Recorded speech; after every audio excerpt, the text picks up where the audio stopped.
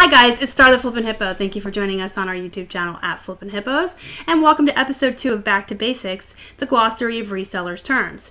So before we get into this Back to Basics series and start delving into the nitty-gritty of reselling from the bottom up, I thought it would be beneficial to sit down with you guys and go over some of the slang and lingo of the reselling community that you're going to come across as you start your reselling journey. It can be very confusing at the beginning. Resellers definitely have their own language.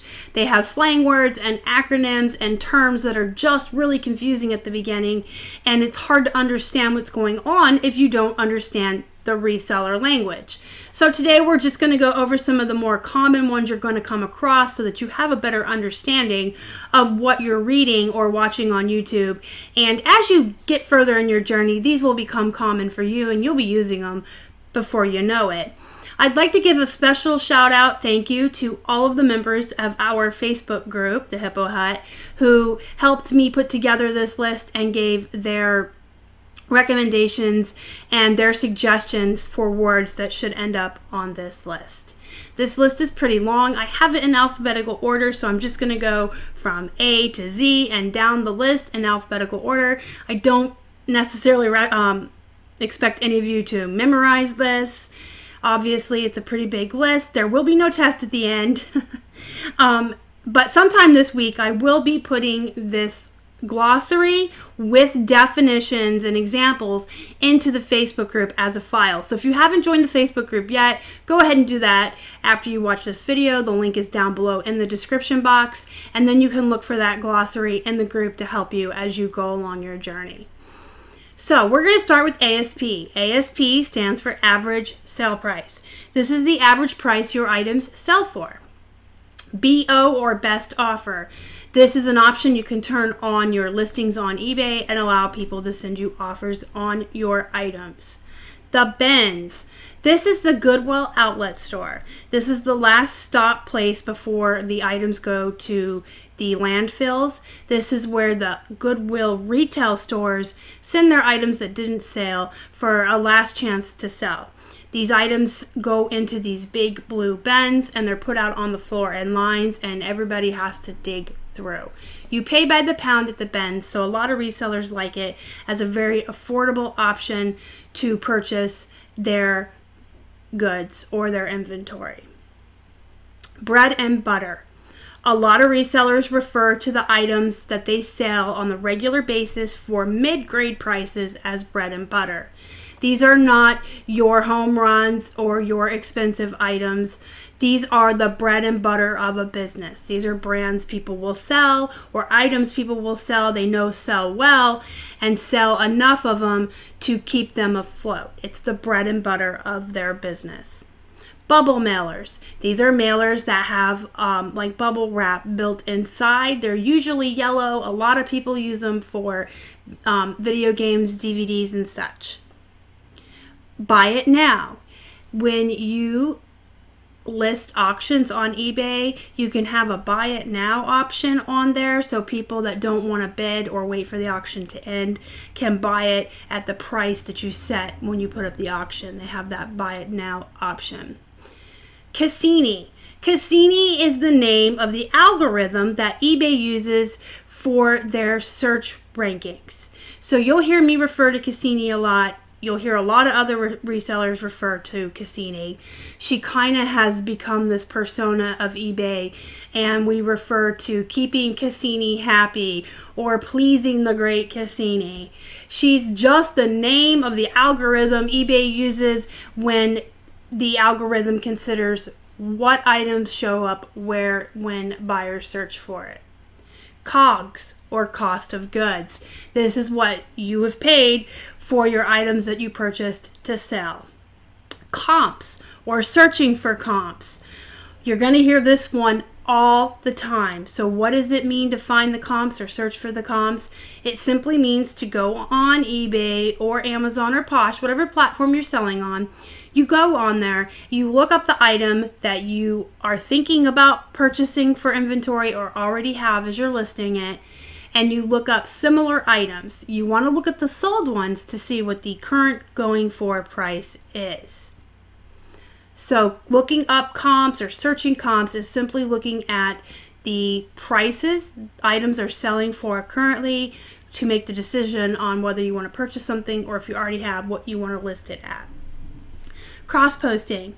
This is when you put an item on several platforms. You take a listing from eBay and you also list it on Posh. Death pile. The death piles are a favorite of most resellers to talk about, and sometimes you get bragging rights if you have a really big death pile. A death pile is simply the pile of inventory that you have sitting around that you haven't listed yet. Some people refer to it as a money pile, and some people call it the death pile, but it's simply just all the inventory you have sitting around that you need to get to list.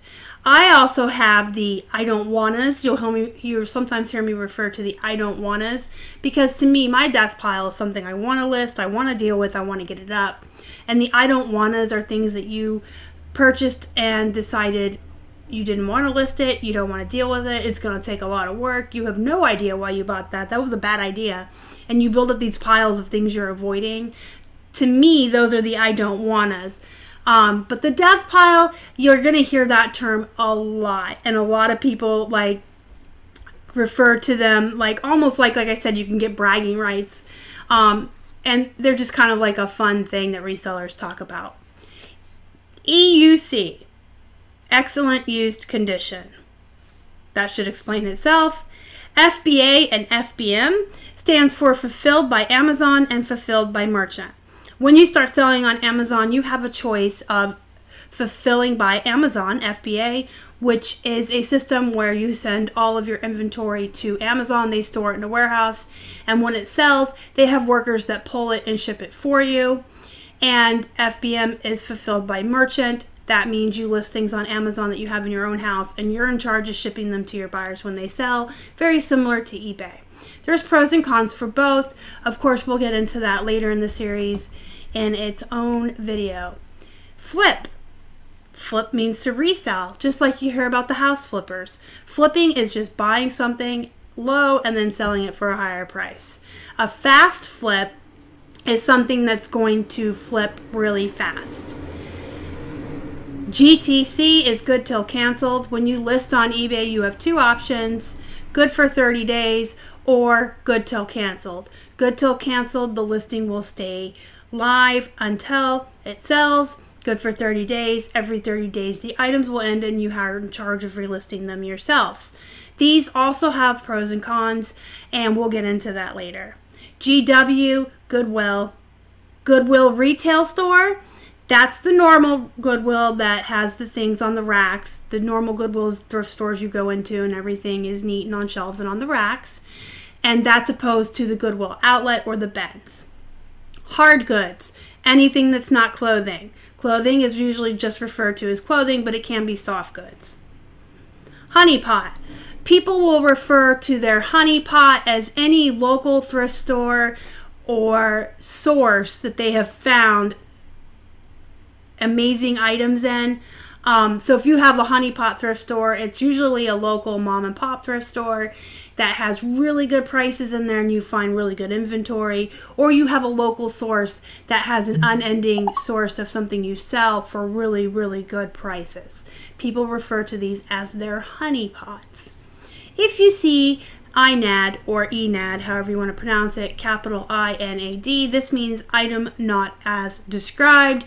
This is an option buyers choose to return an item when it arrives to them not as described. Sometimes they misuse this option, but that will be something we'll get into when we start to talk about returns. If you're new on Instagram, you're going to see link in bio on people's posts. This just means you have to go to their bio to get the link. When you make a post on Instagram, you can't put hyperlinks in there. A hyperlink is a website address that turns blue that people can click on. You may see these often on Facebook. People will talk about something and then they'll put the link and you can click it and go. You can't do that on Instagram. So everybody puts their websites or their URLs in their bio for people to go to, and some people use the link tree, which is a website they click on and they go and have all these different links, but we'll get into that later. I just wanted to say, if you see link in bio on Instagram, it's simply because you can't put links in your posts, so people put them in their bio. Long tail. Long tail is the opposite of a fast flip. Long tail is items or inventory that is going to have to sit for a while before it sells. Before it sells. It is not always a bad thing. Long tail does not necessarily mean bad. There are items that are long tail that are good to get into. A no-low. This is the opposite of a BOLO, which should have been under B, but I saved it to talk about right here. A BOLO is be on the lookout for. It's actually an acronym that police use. They put out a BOLO for a suspect, but resellers also use the BOLO to let people know that this is an item that you should be looking for, and if you find it, absolutely buy it. It's a great item to flip or resell. A NOLO, N-O-L-O, don't buy it. It's bad. Don't get it. It's not a good thing to have in your inventory. NWT and NWOT, new with tags and new without tags. PFR or PFRE is the padded flat rates or the padded flat rate envelopes that you can get from the United States Postal Service for free. They are a flat rate to ship. They look like this. A lot of people send their clothing that weighs more than a pound, such as jeans and hoodies and sweatshirts and things like that. They are stretchy. You can get a lot in here, and it costs one flat rate no matter how much it weighs. And again, they are free to order from the USPS postal website, so a lot of people really like the padded flat rate envelopes, and you'll just see them talk about them as the PFRs or the PFREs. Polys and polymailers. These are these type of bags that people ship things out in. They're just poly bags, and you'll see people call them polys, poly bags. They come in all different sizes, and you can order them from just about anywhere. Even eBay has their own branded ones that a lot of people, if you have a store with eBay, you get a free coupon every quarter to spend in their store and get their eBay branded merchandise, and some people will get the eBay branded polys. We buy ours from the Boxery. If you want to buy them from the same place that we do, that is down in the description box below, and that is the cheapest price we have found for them. Just putting that out there so you know that these are free and these you have to order and pay for. And as far as our research, the place we buy them from, you have to buy them in bulk, but it's the cheapest price overall for all of the sizes. ROI, return on investment. If you ever see anyone put SA or Salvo, they mean the Salvation Army. SEO, search engine optimization.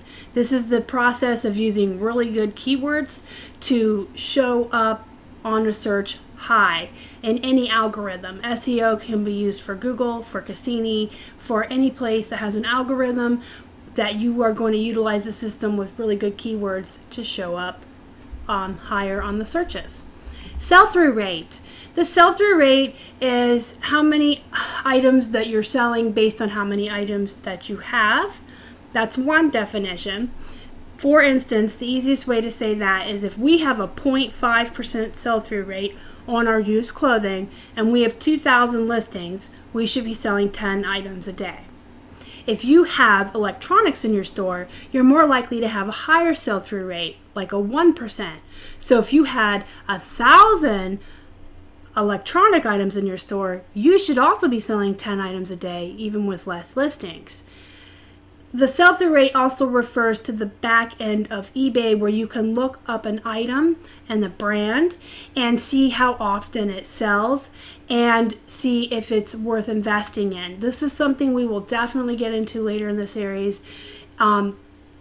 Let's move on to the smalls. A lot of people refer to their smalls as their lower end items, the items that sell for less. And these aren't always a bad thing to invest in either. If you have a source where you can get 1,000 of these little things for a dime a piece, and you can do one listing and sell 10 of these items a day for like 10 or 20 bucks, that's a good thing to invest in. There's some people that have access to items for 5 cents or 10 cents a piece. an unlimited supply that you only have to make one listing for, and even though it only sells for $7, if you're selling 10, 15 of these a day and you only have to make one listing and your cost of goods is that low, it is a good investment. So those are your smalls. The UPI case is an unpaid item case. This is something you can open on a buyer when they haven't paid for an item, or you can set it up in the back end to open automatically for you.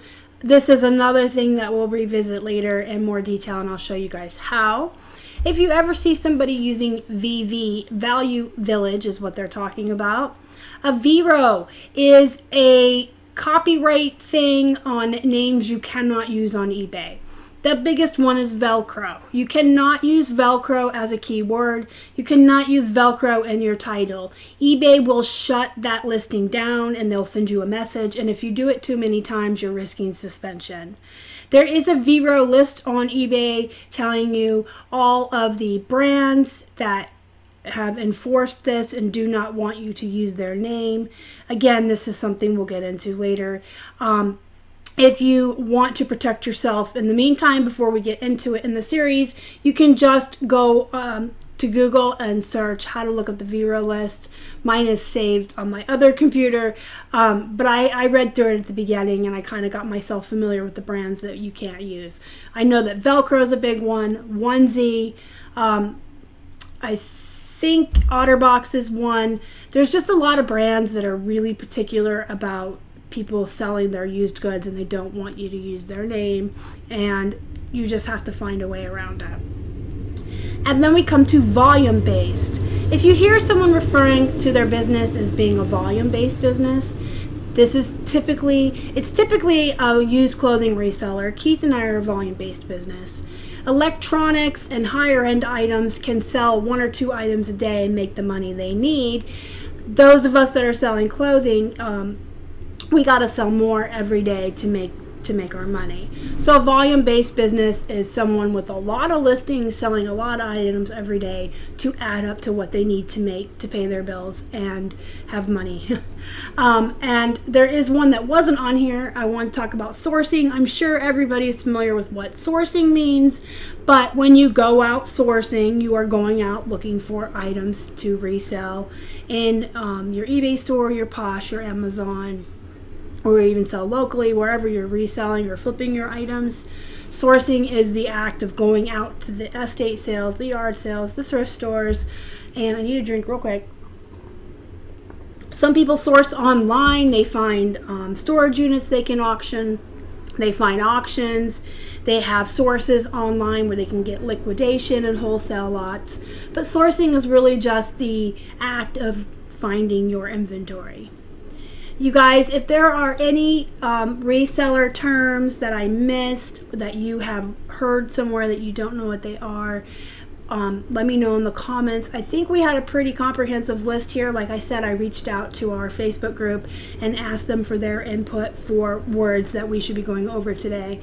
I think it's a pretty comprehensive list, but it's always possible that I've missed something. So if I have, just put it in the comments below, you guys. I will be more than happy to answer you and let you know whatever that word is that you need to know what it is, and I'll add it to the list.